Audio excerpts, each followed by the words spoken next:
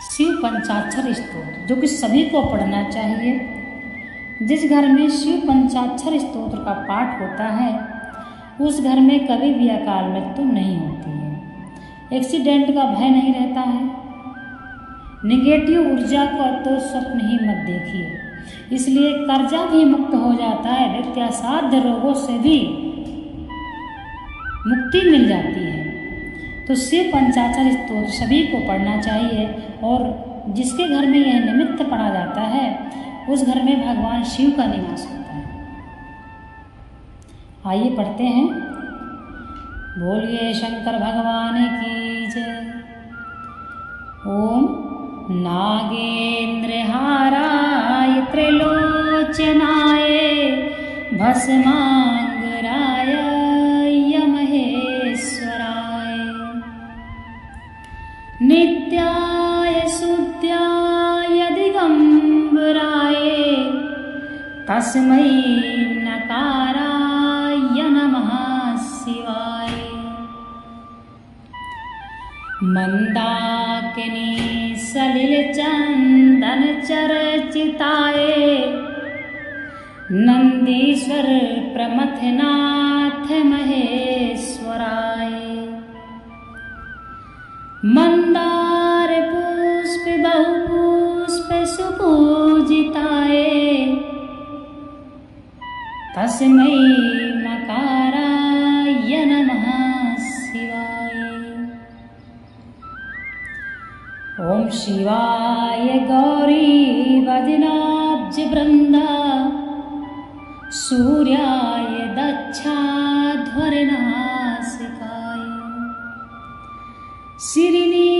श्रीनीलकंठाय वृखाध्वजाय तस्मै शिकाराय नमः शिवाय। ओम वसिष्ठ कुंभ गौतम आर्य मुनीन्द्र देवार्चित शेखराय चंद्रार्क वैश्वानर लोचनाय तस्मै वकाराय नमः शिवाय।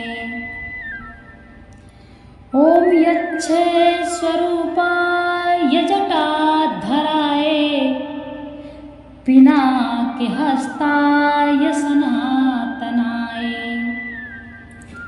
दिव्याय देवाय दिगंबराय तस्मै यकाराय नमः शिवाय। पंचाक्षरमिदं स्तोत्रं या पठेत् शिवसन्निधौ शिवलोकं वाप्नोति शिवेन सह मोदते। बोली भोलेनाथ की जय।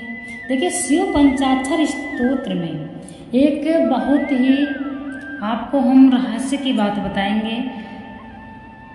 आपको ये कभी भी पढ़ने में मिस्टेक नहीं होगा, क्योंकि शिव पंचाक्षर स्तोत्र है जो सीख रहे हैं, अभी जो इसका अध्ययन कर रहे हैं, उनको दिक्कत इसलिए होती है कि इन लाइनों के बीच में कहीं नाम माँ ऐसा लगाया जाता है। इनका रहस्य ये है कि शिव पंचाक्षर स्तोत्र में सबसे पहले ना लगाते हैं, फिर माँ, नमः बन गया, फिर सी, फिर हुआ पिया, यानी पूरे शिव पंचाक्षर स्तोत्र में आपको नमः शिवाय लगाना है। जब आप ये याद रखें, अभी हमने पहली लाइन में ना लगाया है तो नमः बनेगा, तो हमको माँ लगाना है। इसलिए आपको ये याद रखना है, आपको ये कभी नहीं भूलेगा। आपको जब आपने सी लगा दिया तब आपको याद रखना कि लाइन में हमको वाह लगाना है, क्योंकि शिवाय बनाना है, इसलिए हमको वह लगाना है। फिर आपको या लगाना है, या लगाना है। तो आप इस ट्रिक को याद रखिए। आपको पूरे शिव पंचाक्षर स्तोत्र में आपको नमः शिवाय बोलना है। यह सभी को पढ़ना चाहिए। शिव पंचाक्षर स्तोत्र जो व्यक्ति पढ़ता है वह व्यक्ति हर क्षेत्र में विजय प्राप्त करता है। जिस जगह वो व्यक्ति सोचता है कि मुझे यहाँ सफलता प्राप्त हो, उसको अवश्य ही होती है।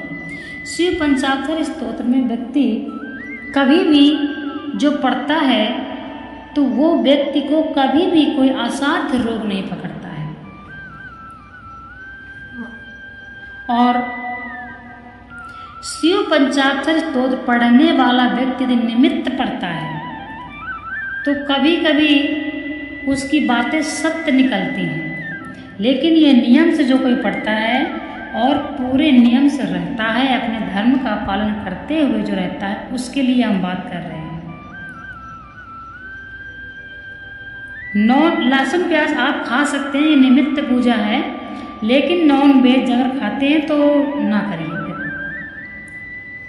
क्योंकि यदि जीव हत्या करते हैं, पाप भी कर रहे हैं या पुण्य भी कर रहे हैं, तो ये आपकी पूजा कभी भगवान स्वीकार नहीं करते हैं यदि हम किसी जीव को मार के खाते, क्योंकि सृष्टि में जीव भी जरूरी है और हम भी जरूरी हैं। इसलिए सृष्टि में यदि भगवान ने हमको जन्म दिया है, पृथ्वी लोक में हमको रहने का, खाने का, सब चीज़ का अधिकार है, तो उस पशु को भी भगवान ने ही भेजा है, उसे आप नहीं खा सकते हैं। हमारा और पशुओं का सबका पिता भगवान है।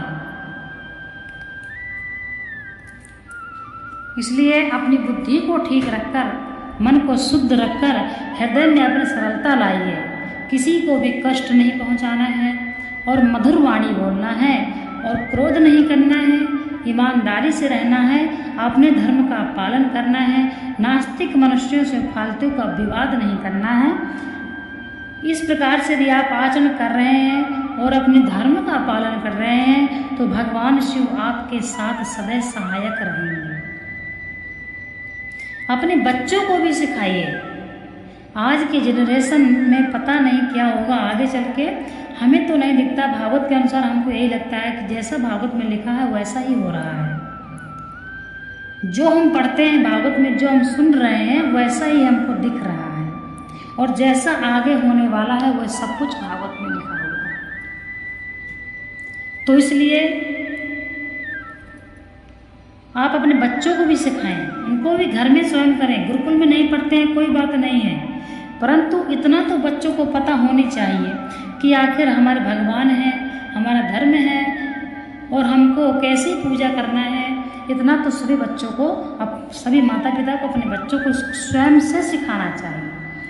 यह अनिवार्य नहीं है कि गुरुकुल में पढ़ता है, कोई पंडिताई कराता है तभी कोई, यह जरूरी नहीं है। स्वयं पूजा करते हैं, हम स्वयं भी भगवान को प्रार्थना करने के लिए हम इन चीज़ों को याद कर लेते हैं और हम स्वयं से भगवान की भक्ति को भाव से करते हैं। ये सब हम बोलते हैं, पढ़ते हैं। तो अपने बच्चों को भी थोड़ी मोड़ी ये चीज़ सिखाइए ताकि आगे चल के जो जनरेशन है, ताकि ये सब चीज़ समझे और दया भाव और हमारा धर्म जीवित रहे।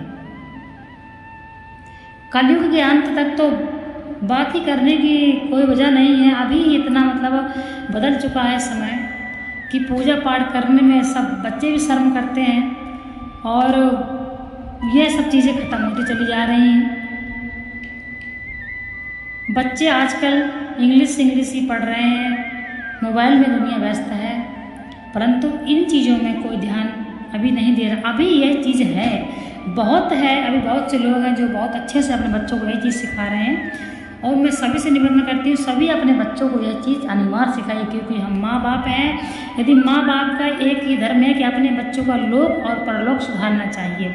यदि आप इस लोक में रहकर सब कुछ यहीं का सिखा रहे हैं तो यह बात गलत है। आप परलोक का भी रास्ता उनका साफ रखिए, और परलोक का रास्ता उनका कब साफ होगा, जब वह यह चीज़ समझेंगे, अपने शास्त्रों को समझेंगे, वेदों को समझेंगे, अपने धर्म को समझेंगे, तभी बच्चे अपना परलोक सुधार सकते हैं। वरना इस लोक में तो कुछ भी नहीं है, ये लोक तो बिगड़ ही जाएगा, अगला लोक भी बिगड़े मिलेगा।